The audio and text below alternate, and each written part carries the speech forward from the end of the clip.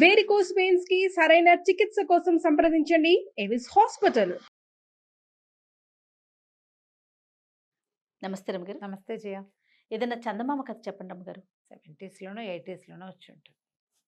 మంచి కథ ఒకటి చదివాను, బాగుంటుంది కథ.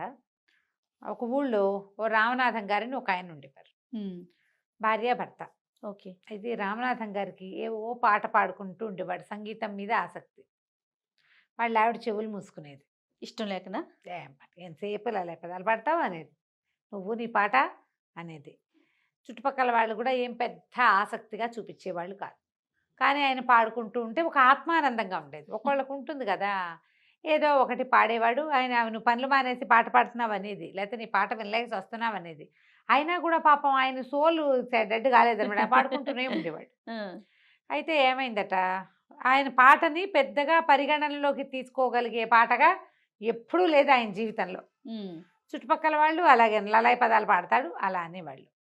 అయితే ఏమైందట, ఒకనాడు వాళ్ళ ఆవిడేదో పక్క ఊరికి వెళ్తే ఒక సాయంకాలం ఏదో కొంచెం అన్నం వండుకున్నాడు, ఆవు అని ఏదో పాట పాడుకుంటున్నాడు. దారిన ఒక ముగ్గురు పెద్దవాళ్ళు వెళ్తున్నారు. ఈ వెళ్ళేవాళ్ళు చీకటి పడిపోయింది, తలుపు కొట్టారు. బాబు, ఏదో వ్యాహ్యాలకని బయలుదేరాము, చీకటి పడిపోయింది, పక్క ఊరు వెళ్దాం అనుకున్నాము, ఈ రాత్రికి మీ ఇంట్లో ఆశ్రయం ఇస్తారా అంటే, అయ్యో దానికేం బాబు, రండి పడుకుందరు కానీ రండి అన్నాడు. ఏమైనా తిన్నారా అంటే ఏమీ తినలేదన్నారు. సరే, అయ్యో మా ఆవిడ ఉంటే వంట చేసి పెట్టేది, సరే ఏముందిలేండి నేను కూడా ఏదో కాస్త వండి పెడతాను, ఒక ముద్ద ఉడికేస్తా, వద్దన్నారు వాళ్ళు. వద్దులే బాబు, ముందు మగవాడివి నువ్వేం చేయకాల్చుకుంటా అంటే, పర్వాలేదండి పర్వాలేదు కూర్చోండి అని ఏవో మంచినీళ్ళు ఇచ్చి, కాస్త తాగడానికి పలచగా మజ్జిగిచ్చి వంటింట్లో కూర్చొని నిదానంగా కాస్త బియ్యం పొంగించాడు, ఒక గిన్నెడు చారు పెట్టాడు, ఏదో నలకంత కూర లాంటిది ఏదో వేయించాడు. ఈయనకి ఏంటంటే ఏదైనా పని చేస్తుంటే ఊ ఊ అంటాం అలవాటు. సాగదీస్తాడు, కూనరాగాలు తీస్తూ పని చేస్తాడు. అదే అటా అటా అటా అటా పాడుకుంటూనే ఉన్నాడు. ఈ బయట కూర్చున్న ముగ్గురు పెద్దవాళ్ళు ఆ పాట వింటూ ఉన్నారు. ఉండేసరికల్లా బయటకు వచ్చాడు, ఆకులు వేశాడు, విస్తలేసి వడ్డించబోతే, బాబు ఏమిటో పాట పాడుతున్నావు, ఓసారి పాడబోయి బాగా వింటామన్నారు. సిగ్గుపడ్డాడు ఇతను రామనాథం గారు. అబ్బాయి అంత గొప్ప పాట కాదండి, మా ఆవిడ ఉంటే ఈ పాటికి ఎన్ని అర్పులు వచ్చేదో నా మీద అంటే, కాదు కాదు వినడానికి చాలా బాగుంది, నువ్వు ఆత్మానందంతో పాడుతున్నావు, పాడు పాడు ఏం పర్వాలేదని అన్నం వడ్డిస్తుంటే పాడమన్నారు. ఇది ఉత్సాహం, ఎవరైనా బాగుంది బాగుందంటే ఉత్సాహం వస్తుంది. ఈయన చక్కగా బోల్డ్ పాటలు పాడాడు, వాళ్ళకి అన్నాలు వడ్డించాడు, పక్కలేసాడు, కంచ ఆకులు తీశారు వాళ్ళే. ఇతను ఇల్లు ఆకులు సర్దుకున్నాడు. మరి వంట వడ్డితే వంట అంతా వెనక్కి సర్దుకోవాలా, అక్కడి నుంచి పక్కలేసాడు. వాళ్ళు పడుకునేదాకా పాడుతూనే ఉన్నాడు. ఉత్సాహం వచ్చింది. పడుకున్నారు. పడుకున్నాక తెల్లవారుజామున వెళ్ళొస్తాం బాబు, మేము పొద్దునే వెళ్ళిపోతాం అన్నారు. అంటే అలాగేనండి అని, ఏదైనా కోరుకుంటే చెప్పునైనా, ఏదైనా అడుగు, నీ పాట మాకు చాలా నచ్చింది, నీకు అసలు నీ మనసులో ఏముంది కోరిక అని అడిగారు. అడిగేసరికల్లా ఏం కోరిక ఉంటుందండి, ఎప్పటి నుంచో ఒక మంచి వీణ కొనుక్కోవాలని కోరిక నాకు, అది ఎట్లా చక్కటి స్వరం ఉన్న వీణ కావాలి, ఇది నేను పాట పాడితేనే మా ఆవిడ తిట్టిపోస్తుంది, చుట్టుపక్కల వాళ్ళు ఎవరు హర్షించరు, వీణ ఏం చేసుకుంటాను నేను, కానీ ఆ వీణ మీద మనసండి నాకు అని చెప్పాడు. ఓహో బాగుందనుకున్నారు, పడుకున్నారు. తెల్లవారేసరికి వాళ్ళు వెళ్ళిపోయారు. కానీ వాళ్ళకి పక్క వేసిన ప్రాంతంలో ఒక చక్కగా బంగారు మెరుగులేంతున్న వీణ మాత్రం కనపడింది. ఆనందం పట్టలేకపోయాడు. వాళ్ళు ఎవరో దేవతలు నాకు ఈ వరం ఇచ్చారనుకున్నాడు. ఆ వీణని ఇట్లా అన్నాడు, అనగానే అని మోగింది. అది ఓంకారం వస్తుంది అందులోంచి. మళ్ళీ అన్నాడు, ఇంకోసారి ఓంకారం వస్తుంది. దాని దగ్గర కూర్చున్నాడు. ఆయన చిన్నప్పుడు కాస్త వీణ నేర్చుకున్నాడు, ఆయనకు వచ్చు చిన్నప్పటి వీణ ఏదో. ఆ వీణ తీగలు శృతి అయిపోతే తీగలు శృతి చేసే ఉన్నాయి. వాయించాడు. వాయిస్తే ఎంత బాగుందంటే, పాడుకుంటుంటే ఈయనకు వచ్చే ఆనందం కంటే 100 రెట్ల ఆనందం వస్తుంది.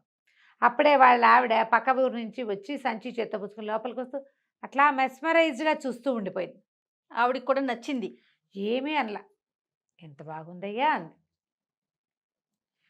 ఏ వీణ ఏ ఇది వాయించినా బాగా పలుకుతుంది దాని మీద. ఈయనకి చేత రావక్కర్లా, అది వచ్చేస్తుంది. ఏ ఫీల్తో వాయిస్తే ఆ ఫీల్ రాగం పలుకుతుంది. అది ఆయనకి ఆనందంతో వాయిస్తే ఆనంద భైరవి రాగం వాయించి పారేస్తుంది. చుట్టుపక్కల వాళ్ళంతా వింటారు. ఇక అక్కడి నుంచి చుట్టుపక్కల వాళ్ళు వీళ్ళు అందరూ వింటాం మొదలుపెట్టారు. ఈయన పనే పొంగని టింగ్ టింగ్ అని కూర్చునేవాడు వీణ దగ్గర. జనాలు ఆ రసాంబోధిలో ఓలలాడుతూ ఉండేవాళ్ళు. భార్య ఏమీ కాదనేది కాదు, ఆయన పని అయిపోయేది, ఆయన వీణానందము అయిపోయేది. ఎంతో బాగుంది, ఆయనకు చాలా గొప్ప, చాలా సంతోషం. అంతకుముందు లలాయి పదాలు పెడతావు అని తిట్టిపోసేవాళ్ళు, కిక్కురు మనకండా ఉన్నారు. దాంతో ఒక ఏమంటారు, ఒక మెట్టు ఎక్కాడు అనుకుందాం, ఆ, అలా అయిపోతాం. అందరూ శభాష్ అంటుంటే ఎలా ఉంటుంది జయ, అవునవును. ఏనుగెక్కినట్టు ఉండదు. ఆనందంతో అలా ఆనందంతో ఎక్కాడు. కొంతకాలం తర్వాత ఏమైంది, ఆ ఊళ్ళో ఒక రంగనాథ శాస్త్రి గారు, రంగనాథాచార్య అని ఒక ఆయన ఉన్నాడు, రంగనాథం గారు. ఆయన ఏదో ఎక్కడికో వెళ్ళి చాలా కాలం తిరిగి వచ్చాడు. ఉమ్, వస్తే వాళ్ళ ఆవిడ వాళ్ళ పక్కింటి ఆయన, అబ్బో రామనాథం ఎంత బాగా వాయిస్తున్నాడో వీణ, వాడికి ఏమొచ్చు వీణ రావటం ఏమిటి, వీణ అంటే అంత సింపులా, పాటే లలాయి పదాలు వాడివి, ఇంకా వీణ ఒకటే వీడి ఫేస్కి అలాగ మాట్లాడాడు. మాట్లాడితే వాళ్ళ ఆవిడ, కాదండి అందరూ చెప్పుకుంటున్నారు, అసలు వీణ వాయిస్తే ఏ రసంలో మొదలు పెడితే ఆ రసం ఉద్వేగం వచ్చేస్తోంది మనకి, మనుషులకి, చాలా బాగుందండి అది అనేసరికల్లా, సరే ఈయన ఏమనుకున్నాడు, ఒకనాడు సాయంకాలం నేను వెళ్ళి వినొస్తానని వాళ్ళ ఇంటికి వెళ్ళాడు. ఆ పూట ఈయన ఒక్కడే పోయాడు, ఇంట్లో ఎవ్వరు లేరు. ఈ రామనాథం గారు ఏదో వీణ సవరించుకుంటున్నాడు.